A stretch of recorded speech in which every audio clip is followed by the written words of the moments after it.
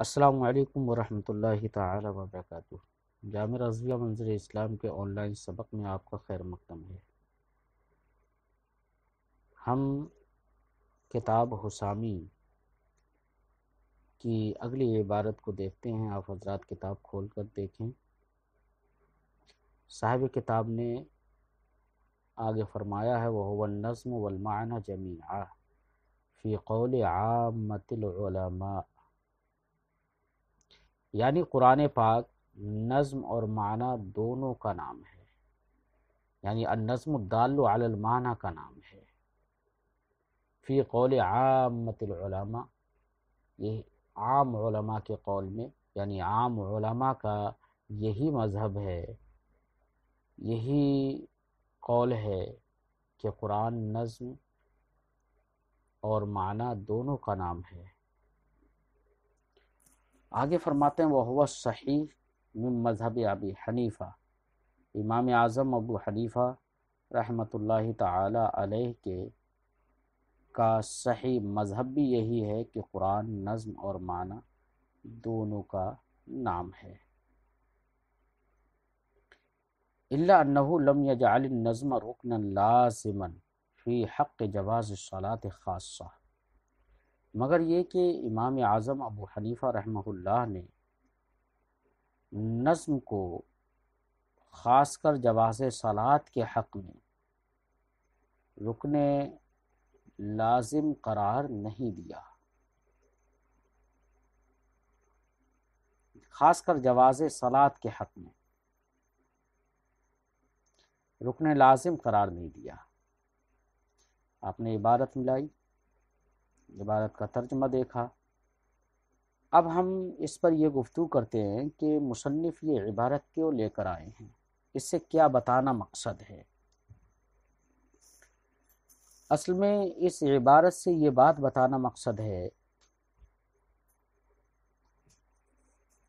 کہ ما قبل میں قرآن پاک کی جو تعریف کی گئی تھی، الکتاب والقرآن المنزل علی الرسول المکتوب فی المصاحف المنقول عنہ نقلا متواترا بلا شبہ، یہ جو تعریف کی گئی، اس تعریف کے قیود پر آپ غور کریے۔ ایک قید اس میں المنزل کی ہے، دوسری قید المکتوب کی ہے، المکتوب فی المصاحف، تیسری قید المنقول عنہ نقلا متواترا کی ہے، المنقول۔ اور آپ غور کریے، آسمان سے جس کو اتارا جائے، نزول جس کے اندر پایا جائے، وصف نزول، منزل ہونا جس کے اندر پایا جائے، تو وہ معانی نہیں ہے، معانی منزل نہیں ہوتے ہیں، منزل ہوتے ہیں الفاظ۔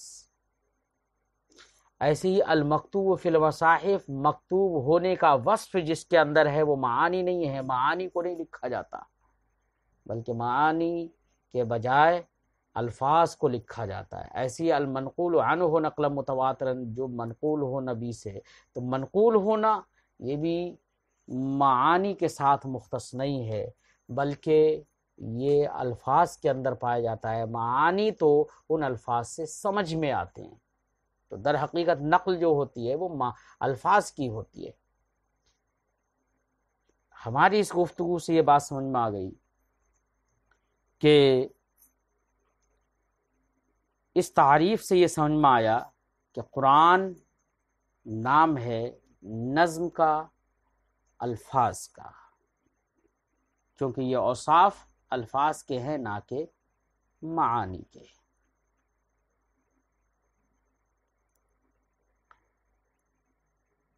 ایک یہاں تک تو یہ بات سمجھ میں آئی، اس کی ان تعریفوں کی وجہ سے، ایسے اوصاف کی وجہ سے کچھ علماء اس بات کی طرف گئے کہ قرآن صرف نظم کا نام ہے۔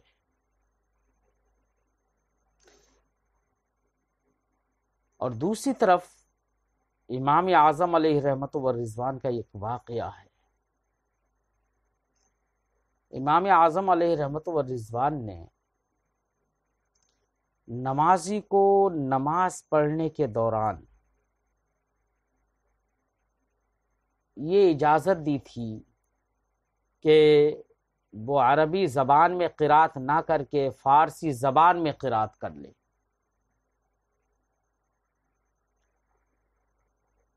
فارسی زبان میں قرات کرنے کا جواز نماز کے سلسلے میں یہ بتا رہا ہے کہ نظم قرآن جواز صلاۃ کے حق میں رکن لازم نہیں ہے امام اعظم کے نزدیک۔ رکن لازم قرار نہ دینا یہ اس بات کی دلیل ہے کہ امام اعظم کے نزدیک قرآن صرف معنی کا نام ہے، نہ کہ نظم اور لفظ کا۔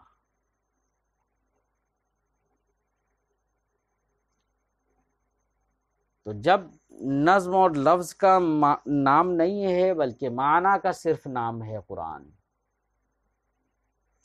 قرآن، تو اس واقعے سے یہ سمجھ میں آیا کہ قرآن صرف معنی کا نام ہے، اس لیے بہت سارے علماء اسی بات کی طرف چلے گئے کہ قرآن صرف معنی کا نام ہے۔ لیکن جمہور اور عام علماء کا قول یہ ہے کہ قرآن نظم اور معنی دونوں کا نام ہے، یعنی النظم الدال علی المعنی، ایسی نظم کا نام قرآن ہے جو معنی پر دلالت کرتی ہے۔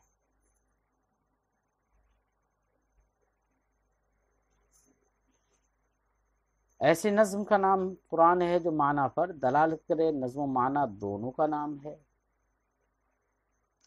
اب رہی اس کی بات کہ قرآن کی جو تعریف ہے، تعریف تو صرف نظم پر لفظ پر صادق آتی ہے، تو اس کا جواب یہ ہے کہ وہاں پر جو المکتوب فی المصاحف کہا گیا ہے، تو مکتوب سے مراد لکھا ہوا ہونا نہیں ہے بلکہ مکتوب سے مراد مثبت ہے، یعنی جو مثبت فی المصاحف ہو۔ مثبت حقیقتاً ظاہراً لفظ ہوتے ہیں اور ان کے ساتھ میں ان کے ضمن میں تقدیراً معانی بھی مثبت ہوتے ہیں۔ اس لیے قرآن کی تعریف سے یہ نہ سمجھا جائے، یہ فہم نہ کیا جائے کہ قرآن صرف لفظ کا نام ہے۔ اور ہاں، امام اعظم ابو حنیفہ رحمۃ اللہ تعالی علیہ کا جواز صلاۃ کے سلسلے میں فارسی میں قرات کو جائز قرار دینا، حق صلاۃ کے سلسلے میں رکن لازم قرار نہ دینا نظم کو، تو وہ امام اعظم سے جو واقعہ منقول ہے وہ عذر کے پیش نظر ہے۔ اصل میں امام اعظم ابو حنیفہ رحمۃ اللہ تعالی علیہ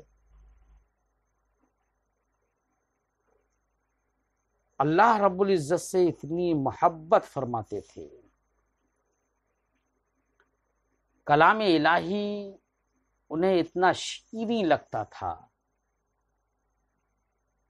قرآن پاک کے حقائق اور معانی کو وہ اس طرح سے سمجھتے تھے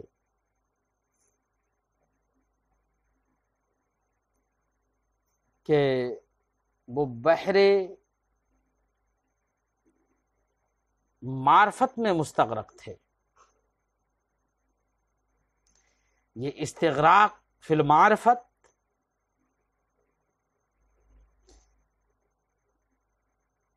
اللہ کی راہ میں اپنے آپ کو فنا کر دینا، یہ اس کی وجہ سے امام اعظم ابو حنیفہ رحمۃ اللہ تعالی علیہ نے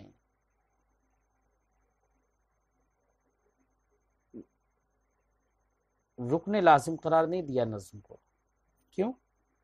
انہوں نے یہ سمجھا کہ قرآن ایک بڑی شیریں نظم ہے، وہ تو فصاحت و بلاغت کا ایک سمندر ہے، تو اس فصاحت و بلاغت کے پیش نظر اگر آدمی، اور جبکہ اس کے سوا نماز وہ مناجات مع اللہ کا مقام ہوتا ہے، وہاں پر خشوع اور خضوع کا مقام ہے، تو ایک طرف بندہ نظم قرآنی کی قرات کرے گا تو یقیناً وہ بحر فصاحت ہے، بحر بلاغت ہے۔ اگر اس نظم کی قرات کرے گا تو وہ شخص، قرات کرنے والا شخص اس سمندر میں غوطہ زن ہو جائے گا، اس کی بلاغت و فصاحت میں گم ہو جائے گا، جس کی وجہ سے مناجات مع اللہ میں خلل واقع ہوگا۔ اس عذر کے پیش نظر امام اعظم ابو حنیفہ رحمۃ اللہ تعالی علیہ نے جواز صلاۃ کے حق میں خاص کر نظم قرآنی کو رکن لازم قرار نہیں دیا۔ خاص کر نماز کے حق کی بات ہے، حق صلاۃ کے سلسلے میں ہے یہ بات، ورنہ تو نماز سے ہٹ کر جنبی اور حائض وغیرہ اور ناپاک آدمی کے لیے نظم قرآن کو رکن لازم قرار دیا ہے۔ یہی وجہ ہے کہ امام اعظم کے نزدیک کوئی بھی ناپاک آدمی حائض و نفسا میں سے کوئی بھی قرآن پاک کو آیت کریمہ کو نہ چھو سکتا ہے اور نہ ہی انہیں پڑھ سکتا ہے، نظم کی قرات نہیں کر سکتا، جائز نہیں ہے۔ تو وہاں پر نماز کے سلسلے میں خاص کر رکن لازم قرار نہ دینا یہ ایک عذر کے پیش نظر ہے۔ اس سے یہ لازم نہیں آتا ہے کہ قرآن صرف اور صرف معنی کا نام ہے۔ اگر صرف معنی کا نام ہوتا تو دوسری جگہوں پر، نماز کے علاوہ دوسری جگہوں پر رکن لازم نظم کو رکن لازم قرار نہیں دیتے، جبکہ دوسری جگہوں پر رکن لازم قرار دیا ہے۔ یہ اس بات کی دلیل ہے کہ امام اعظم کے نزدیک قرآن صرف معنی کا نام نہیں ہے۔ صاحب نامی نے یہاں پر یہ بات بھی ذکر کی ہے کہ امام اعظم ابو حنیفہ نے اپنے اس قول سے کہ جواز صلاۃ کے حق میں خاص کر جو نظم قرآنی کو رکن لازم قرار نہیں دیا، اپنے اس قول سے بعد میں صاحبین کے قول کی طرف رجوع فرما لیا تھا۔ یہی ان کا صحیح مذہب ہے۔ لہذا ان کے اس واقعہ سے، اس قول سے جس میں انہوں نے نظم قرآنی کو رکن لازم قرار نہیں دیا جواز صلاۃ کے حق میں خاص کر، اس سے یہ نہ سمجھا جائے کہ قرآن صرف معنی کا نام ہے۔ بات سمجھ میں آ گئی ہوگی۔ اسی کو صاحب کتاب نے اپنی اس عبارت سے پیش کیا ہے ہماری اسی گفتگو کو۔ فرماتے ہیں وَهُوَ النَّظْمُ وَالْمَعْنَى جَمِيعًا، قرآن نظم اور معنی دونوں کا نام ہے، فی قول عامت العلماء، جمہور علماء کے قول میں۔ وَهُوَ الصحیح من مذہب ابی حنیفہ، نظم و معنی دونوں کا نام ہے، یہی امام اعظم ابو حنیفہ رحمہ اللہ کا صحیح مذہب ہے۔ الا انہ لم یجعل النظم رکنا لازما فی حق جواز الصلاۃ خاصہ، مگر یہ کہ امام اعظم نے نماز کے جواز کے حق میں خاص کر نظم کو رکن لازم قرار نہیں دیا، تو اس کی وجہ ہم نے بتا دی کہ وہ عذر کے پیش نظر تھا، اور دوسری وجہ ہم نے بتائی کہ امام اعظم نے پہلے تو یہ قول کیا تھا لیکن بعد میں اس سے صاحبین کے قول کی جانب رجوع کر لیا تھا، بعد میں انہوں نے جواز صلاۃ کے حق میں بھی رکن نظم قرآنی کو رکن لازم قرار دیا۔ آج اپنی گفتگو ہم یہیں پر ختم کریں گے، انشاءاللہ پھر ملتے ہیں۔ السلام علیکم ورحمۃ اللہ تعالی وبرکاتہ۔